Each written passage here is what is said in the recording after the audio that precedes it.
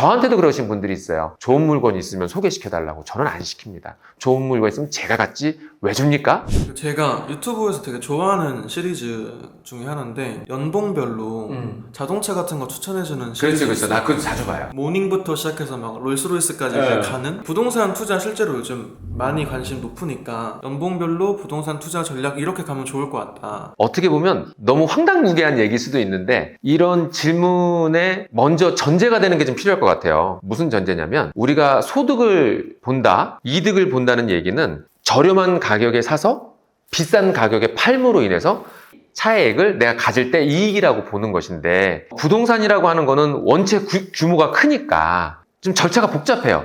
주식 같은 경우는 우리가 인터넷을 통해서 쉽게 샀다가 쉽게 팔 수 있고 아무 때나 샀다가 아무 때나 팔 수 있는데 부동산이라는 거는 접근하기도 어렵고 그리고 세금도 많고 살 때 세금 내, 팔 때 세금 내, 가지고 있을 때 세금 내라고 그래, 안 내고 있으면 국세청에서 막 잡으러 와가지고 내라고 그래. 너무 복잡한 거야. 그러니 사람들이 접근하기가 굉장히 힘들겠다 이런 생각이 들었고 그러면 부동산의 전문가라고 하는 사람은 단순히 샀다가 파냐? 그렇진 않아요. 부동산의 전문가라는 사람들은 단순히 샀다가 파는 행위를 하지 않고 이 물건을 저렴하게 사서 뭔가 가공을 합니다. 또는 어떤 행위를 해요. 그래서 가격을 올린 다음에 판매 행위를 하죠. 이제 그렇게 해서 많은 수익을 좀 보고 있는데 연봉별로 보자면 이 행위는 하지 않는다고 가정을 하고 우리가 접근할 수 있는 거는 뭐냐면 저렴한 연봉 한 3천만 원 정도까지의 소득을 갖고 있는 사람이라면 사실은 수도권으로 접근하기는 조금 좀 어려울 것 같아요. 그래서 그 액수가 적으면 저쪽 변방 쪽에서 있다가 액수가 많아질수록 이렇게 점점 우리가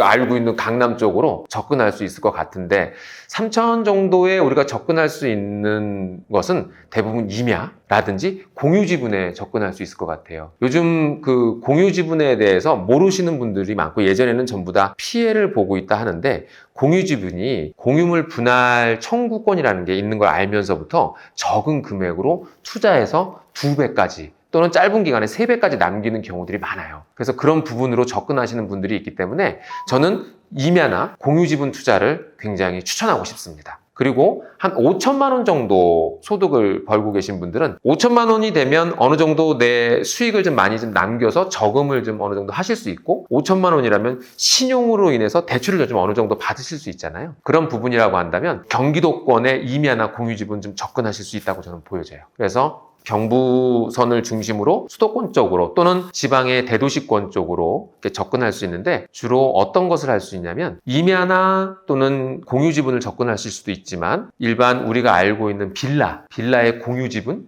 이런 거 좀 들어볼 수 있을 것 같아요. 빌라의 공유지분이라면 너무 또 어렵죠. 쉽게 말하면 공동명의로 된 것 중에서 그 공동명의 중에 한 명의 명의로 경매가 나온 것들이 있어요. 그런 부분을 낙찰을 받아서 또 진행할 수 있는 부분들도 있고 그래서 저렴한 금액으로 우리가 그 시도를 해야 되기 때문에 낮은 가격으로 사야 되잖아요. 그러면 공인중개사들을 통해서는 낮은 가격으로 사기가 조금 쉽지는 않을 것 같아요. 그러니 경매를 통해서 저렴한 가격으로 가야 되기 때문에 연봉 5천만 원 미만까지는 경매를 통해서 부동산을 취득하는 것 그리고 경매를 통해서 공유지분으로 좀 얻을 수 있는 것들을 좀 생각해 봐야 되지 않을까. 그러면 아무래도 투자 비용 대비 수익률이 굉장히 좀 높을 수 있을 것 같다라는 생각이 좀 있습니다. 일반적으로 네. 임야에 투자한다라는 게 되게 위험 부담이 높은 종목인 것처럼 인식이 좀 돼 있는 것 같아요. 맞아요. 가봤는데 갯벌이더라, 가봤는데 절벽이더라 이런 썰들을 하도 많이 듣다 보니까 주의사항 같은 게 조금 있을 것 같은데 임야를 살 때 정말 중요한 게 뭐냐면 임야를 사실 때는 맹지를 사면 안 됩니다. 맹지가 혹시 뭐예요?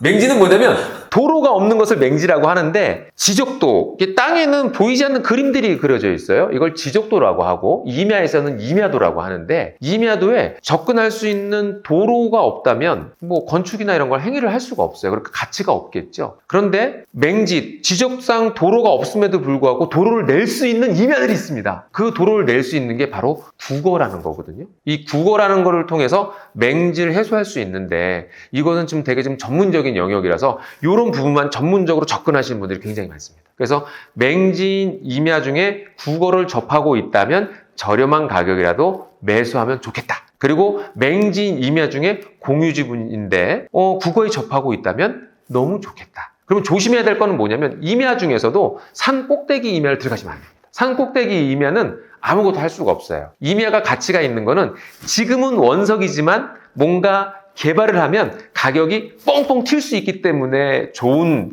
여건과 좋은 재료라고 생각하기 때문에 투자처로서 많은 수익을 남길 수 있다라고 하는 것이지, 이게 임야라고 다 좋은 건 아니거든요. 예를 들어서 서초구청 뒤쪽에 그린벨트 임야 같은 경우 사면 안 됩니다.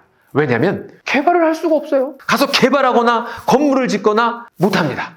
네, 그렇기 때문에 개발을 할 수 있는 임야, 가능성이 있는 임야를 선별하는 게 굉장히 중요한 요인 중에 하나일 것 같습니다. 근데 초보자들로서는 좀 보기 힘드니까 그런 부분은 조금 좀 공부를 좀 하셔야 되지 않을까. 공부만 하면은 적은 비용으로 많은 투자를 해볼 수 있어요. 네, 그건 확실합니다. 부동산이 여러 가지 복잡한 내용들이 많아서 그렇지 사실은 가장 확실한 투자처라고 사람들은 생각하기 때문에 연세 있으신 분들이 자본력을 가지고 계속 투자를 하는 겁니다. 젊은 사람들이 접근하기 힘든 이유는 경험의 부재도 있지만 자금력이 할 수 있는 게 좀 쉽지가 않아서 못하는 경우도 있습니다. 하지만 이렇게 저렴한 임야들은 아직도 우리를 기다리고 있습니다. 다음 연봉 구간으로 넘어가 볼까요? 네, 그럴까요? 너무 말이 많아져 죄송합니다. 네.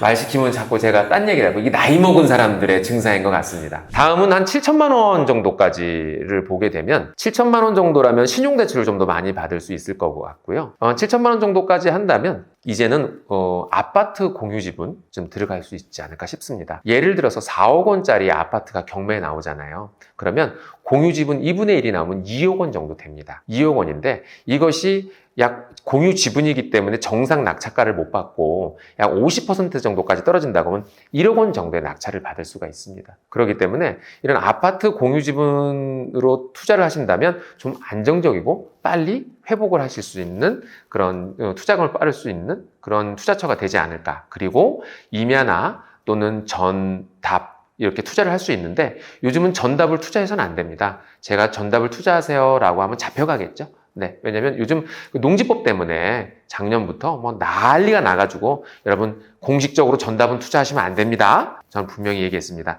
그래서 임야라고 말씀을 드리는 겁니다. 공유지분 임야나 이런 것들을 도심권으로, 경기도권으로 좀 더 집중해서 접근을 하실 수가 있으실 것 같다라는 생각이 들었고요. 그리고 이제 1억 원 이상 연봉이 있으신 분들 같은 경우는 사실은 뭐 아주 친한 공인중개사나 또는 컨설턴트들을 사귀고 계신 분들이 굉장히 많아요. 그분들한테 이야기해서 좋은 물건 있으면 소개시켜줘 해서 취득하시는 분들이 굉장히 많고요. 저한테도 그러신 분들이 있어요. 좋은 물건 있으면 소개시켜달라고. 저는 안 시킵니다. 좋은 물건 있으면 제가 같이 왜 줍니까? 혹시 연봉 얼마까지 주게 돼 있으세요?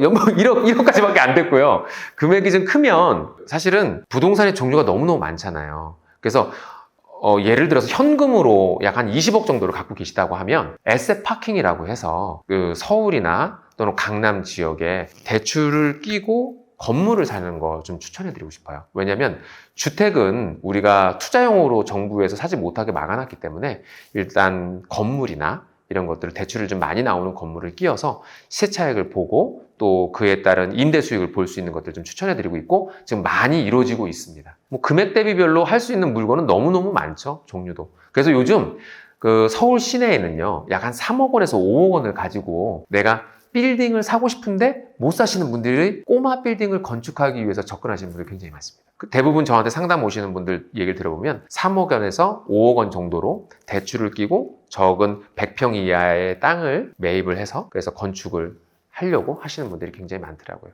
그 정도도 충분히 가능하다고 봅니다. 5억, 10억, 20억, 30억 이런 사람들이 그런 사람은 누구한테 묻질 않지. 왜냐면 돈을 계속 주면서 자기가 골라가지고 컨설턴트들을 이제 고르지. 왜냐면 지금 우리가 이런 얘기를 하는 거는 우리가 고를 수 있는 사람들이 많이 없어요. 수수료를 많이 주지 않고 내가 저렴한 비용으로 땅을 어떻게 하면 살 수 있을까 하는 사람들한테 하려고 하다 보니까 경매를 하세요라고 얘기를 하고 공유지분을 하세요라고 얘기를 하는 것이지 많은 수수료를 주면서 할 수 없으니까. 그래서 그 돈이 많으신 분들은 수수료를 많이 주면서 좋은 물건을 선택하시더라고요.